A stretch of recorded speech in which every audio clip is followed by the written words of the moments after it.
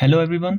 SSC MTS 2025-26 के लिए video है और ये लास्ट स्ट्रेटेजी है आपकी। इस वीडियो में मैं ये नहीं बताने वाला कि अब आपको क्या क्या पढ़ना है, बस मैं ये बताने वाला हूँ कि एडिक्विटी ने क्या क्या चेंज किया है टीसीएस पैटर्न से, ठीक है।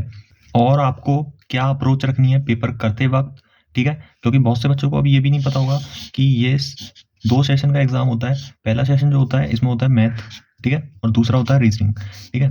बात करें तो मैथ में आते हैं आपके 20 क्वेश्चन, ठीक है, वो गुणा 3 हो गए, आपके 60 नंबर बन जाते हैं। और रीजनिंग में भी आपके 20 क्वेश्चन जो कि 60 नंबर बन जाते हैं, ठीक है। और ये सिर्फ क्वालिफाई होते हैं। यूआर कैटेगरी से अगर आप बिलोंग करते हो तो आपको बस 12 क्वेश्चन करने होंगे, और ओबीसी से करते हो तो 10 क्वेश्चन करने होंगे, ठीक है। और एससी एसटी से करते हो तो आपको सिर्फ 8 क्वेश्चन करने होंगे, ठीक है।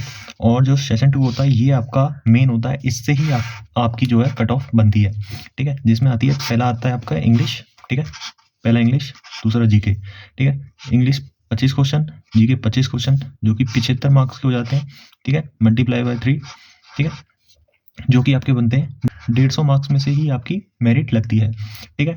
तो पैटर्न में कितना चेंज हुआ है इस बारे में हम बात कर लें। जो आपका पैटर्न है टीसीएस से अब जो एडिक्विटी में अंतर आया है वो क्या अंतर आया है। अगर हम ग्रामर की बात करें तो भाई ग्रामर में देखो रूल्स तो कोई चेंज होते नहीं है, ठीक है, रूल्स तो आपके सेम रहेंगे। कुछ न्यू टॉपिक्स जरूर आए हैं, ठीक है, जो कि आपको पढ़ने चाहिए, जैसे वॉइस है, नरेशन है, ठीक है, ये पढ़ने चाहिए आपको क्योंकि आपकी बार ये ज़्यादा पूछे जा रहे हैं, ठीक है। अगर हम बात करें आपका कॉम्प्रीहेंशन की, तो कॉम्प्रीहेंशन आपने देखा होगा लेवल थोड़ा हाई है भाई, हार्ड बना है, ठीक है, लेवल बहुत हार्ड है, ठीक है। क्लोज टेस्ट भी है, क्लोज टेस्ट इसमें आ जाएगा आपका, क्योंकि एडिक्विटी क्लोज टेस्ट ज़्यादातर दे रहा है। पैसेज की बात करें तो पैसेज भी आपका पहले एमटीएस में आता नहीं था, ना ही पीक्यूआरएस आते थे, पर अब की बार एडिक्विटी में देखा गया है कि हर पेपर में ज़्यादातर पीक्यूआरएस और आपका पैसेज भी देखा गया है, ठीक है। तो एमटीएस में भी पूरी संभावना है। अगर पहले नहीं आते थे तो इसका मतलब ये नहीं है कि इस बार नहीं आएंगे, इस बार आ सकते हैं, क्योंकि आपने देखा होगा स्टेनो, सीजीएल, सीएचएसएल, तो इन सब में भी आए हैं। और इस चीज़ को इग्नोर मत करना भाई, बहुत इंपॉर्टेंट बता रहा हूँ कि कॉम्प्रीहेंशन में आपको पीक्यूआरएस भी देख के चलना होगा, ठीक है, और पैसेज भी देख के चलना होगा, क्योंकि इस बार आपके आ सकते हैं, ठीक है। अगर वोकैब की बात करें तो वोकैब में अगर टीसीएस की बात करूँ तो टीसीएस में जो ना 90% पीवाईक्यू आते थे, ठीक है, और 10% आपकी नहीं आती थी। पर एडिक्विटी ने क्या करा है, 70% पीवाईक्यू है, ठीक है, बाकी जो 30% है वो न्यू आ रही है, और लेवल भी उसका बहुत तगड़ा आ रहा है, ठीक है। वोकैब आपकी ऐसी है कि आपने कभी देखी भी नहीं होगी, बहुत अलग प्रकार की आपकी वोकैब आपको देखने को मिलेगी एग्जाम में भी। नेक्स्ट हम बात करेंगे जीके में कितना पैटर्न चेंज हुआ है आपका, ठीक है। तो मैंने 4 सेक्शन में बांटा है, ठीक है, उसके हिसाब से बताता हूँ। पहला जो आपका कोर सब्जेक्ट है, जो कि आपकी हिस्ट्री, पॉलिटी, ज्योग्राफी और साइंस, ठीक है। तो इनमें आपने देखा होगा कि जो इसका लेवल है वो ठीक है, पहले जैसा ही है, ठीक है। बस एक चीज़ की दिक्कत है कि आपके स्टेटमेंट वाले क्वेश्चन आपको देखने के लिए मिल रहे हैं हर एग्जाम में। एडिक्विटी जो भी एग्जाम बना रहा है, जो भी पेपर एडिक्विटी बना रहा है, उसमें आपको स्टेटमेंट वाले क्वेश्चन जरूर देखने को मिल रहे होंगे, ठीक है। बात करें जो स्टैटिक जीके है, उसमें टीसीएस जो ना 10 से 12 क्वेश्चन आपके हर पेपर में देता था, ठीक है। अब की बार क्या है, लेवल मॉडरेट करा है थोड़ा, ठीक है, और क्वेश्चन जो हैं थोड़े कम करे हैं, ठीक है। पर ऐसा नहीं है कि वो बेतुके आ रहे हैं, क्वेश्चन ऐसे आ रहे हैं जो आपको समझ आ जाए कि हाँ ऐसे हैं। टीसीएस में क्या थे, थोड़े ऊपर से चले जाते थे, पता ही नहीं लगती थी हैं क्या, कहाँ से आए, पर ठीक है, बार क्वेश्चन आपके थोड़े डाउन हो गए, टीसीएस में थोड़े ज़्यादा आते थे स्टैटिक्स से, ठीक है। इकोनॉमिक्स में इसमें वेटेज बढ़ा है आपका, बहुत इंपॉर्टेंस है, क्योंकि आपका पेपर एडिक्विटी बना रहा है, एडिक्विटी इकोनॉमिक्स तो बहुत ज़्यादा ही पूछता है, ठीक है। तो आपने देखा होगा सीजीएल में भी 4 से 5 क्वेश्चन इकोनॉमिक्स के थे, सीएचएसएल में 8 से 10 क्वेश्चन इकोनॉमिक्स के थे, ठीक है। करंट अफेयर की अगर बात करें तो करंट अफेयर पहले से अच्छी है, पहले आपकी बहुत अजीब करंट अफेयर आती थी, ठीक है, अब की बार पहले से बेहतर है, ठीक है। और टीसीएस की अगर हम बात करें तो टीसीएस पता है क्या पूछता था, 2 से 3 साल पुरानी, कम से कम इतनी तो पूछता ही पूछता था। पर एडिक्विटी ने ये करा है कि आपकी 6 महीने की करंट अफेयर ही पूछता है। अगर हम बात करें करंट अफेयर आपको कैसे करनी है अब लास्ट में, ठीक है, तो करंट अफेयर का भाई सबसे अच्छा है कि आप करंट अफेयर नहीं लेके चलते हो पहले से भी, ठीक है। सब अपना अपना कोर सब्जेक्ट करते हैं, स्टैटिक करते हैं, और अपना इंग्लिश में आप अपना मजबूत कर रहे होगे कॉम्प्रीहेंशन को लेकर, ग्रामर को लेकर, वोकैब को लेकर। पर करंट अफेयर जिसकी भी नहीं हुई तो मैं करंट अफेयर बता देता हूँ आपको कैसे करनी है।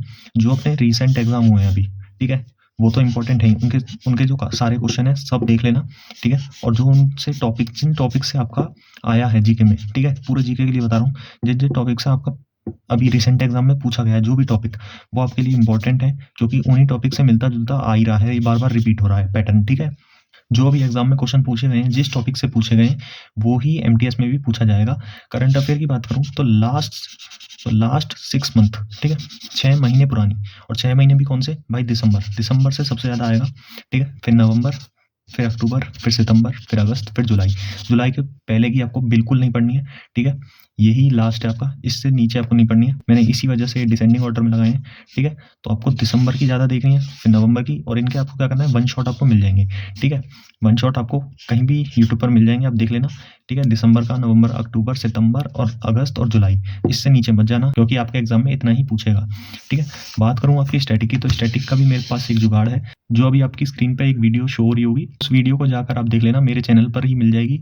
वन शॉट है आपका स्टैटिक जीके का, ठीक है? ये आपके एमटीएस के लिए एक कारगर वीडियो साबित होगी, ठीक है? इस वीडियो को ज़रूर देख लेना और अपना एग्ज़ाम बहुत बढ़िया तरीके से करके आना। ये वीडियो बनाने का मोटिव यही था कि अगर आपको नहीं पता कि सेशन 1 में आपको क्या करना है, तो सेशन 1 भाई बस क्वालीफाई है, ठीक है? क्वालीफाई करके आना, कोई इसमें दिक्कत लेने की लोड़ नहीं है कि आप रीज़निंग और मैथ करे जा रहे हो। आपको इंग्लिश और जीके पे भी मेन फ़ोकस बना के रखना है, पेपर के अंदर भी आपको, और आपको होपलेस बिल्कुल नहीं होना है कि हमारे गलत हो रहे हैं, सही हो रहे हैं। और इसमें सबसे बड़ी बात बता देता हूँ मैं, आपको तुक्केबाज़ी इसमें नहीं करनी है क्योंकि दोनों ही सब्जेक्ट आपके ऐसे हैं, इंग्लिश भी और जीके भी, क्योंकि जहाँ गलत हो गया, तो आपके नंबर बहुत कटेंगे और इसमें आपको पता है मेरिट बहुत हाई जाती है, ठीक है? तो नंबर कटने का कोई चांस होना नहीं चाहिए, नेगेटिव मार्किंग वैसे ही है, तो तुक्का-वुक्का मत लगाना, ठीक है? जो आता हो उसे करना, और जैसे मैंने अभी बताया करंट अफेयर कैसे करनी है और पैटर्न में जो-जो चेंज हुआ है, उस हिसाब से थोड़ा लास्ट के 1-2 दिन में इसे पढ़ लो, ठीक है? इतने से ही आपका काम हो जाएगा। पेपर में डरने की बिल्कुल भी ज़रूरत नहीं है, ठीक है? और पेपर फोड़ के आओ बढ़िया, एक पेपर है, कोई दिक्कत नहीं है, ठीक है? और कोई डाउट हो तो कमेंट में पूछ लेना, ठीक है? Thank you.